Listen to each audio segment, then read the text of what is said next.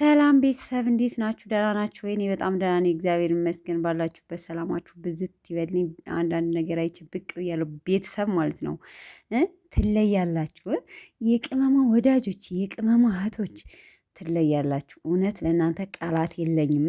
እንደው ቲክታክ ላይ የማየው በነገራችን ላይ በጣም ያስደስተኛል። በቅመማም ብቻ ሳይሆን በሌላ ሰዎችም ላይ እንደዚህ እያየው ነው ማለት ነው። እና አንዴ ሰው ከወደዳችሁ ወዳጅነታችሁን እንዴት እንትን እንደምትሉት እያየው ነው። እና ትለያላችሁ በተለይ ቲክታክ ላይ ማለት ነው።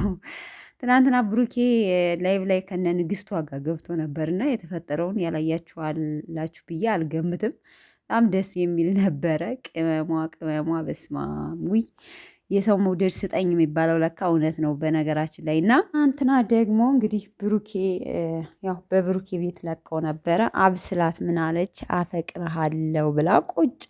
እኛ እኮ ሶስተኛ ወገን አታስገባ የምንለው መጨረሻው የሚመጣው መዘዝ እንዴት ስለሚሆንብን ነው። ቤተሰብ እንግዲህ ብሩኬን አፈቅረዋለሁ ብላ እንግዲህ ብሩኬን ሙጭጭ አድርጋ ለመያዝ እየታገለች ነው። አብስላት ማለት ነው።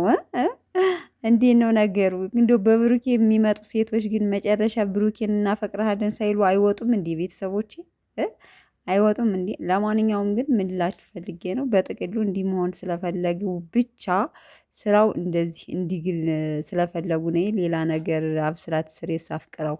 ምክንያቱም ሶሲ ኮልታፊ ታየ ነው፣ በሊንዳየ ነው፣ የእንትና እንኳን ገና አልተቋጨም። የእዩ አልተቋጭም ገና ልጁ ሲወለድ ያው ማለቴ ያንተ የእሱ ልጅ መሆኑን አለመሆኑ ሳይቀጥሩበት ይቀራሉ ብላችሁ ነው። ለማንኛውም ግን ለጊዜው እንግዲህ ደግሞ አብስላት ከህይወታቸው ውስጥ ገብታለች። ለማንኛውም ሀይሚን እንትን እያለቻት ነው።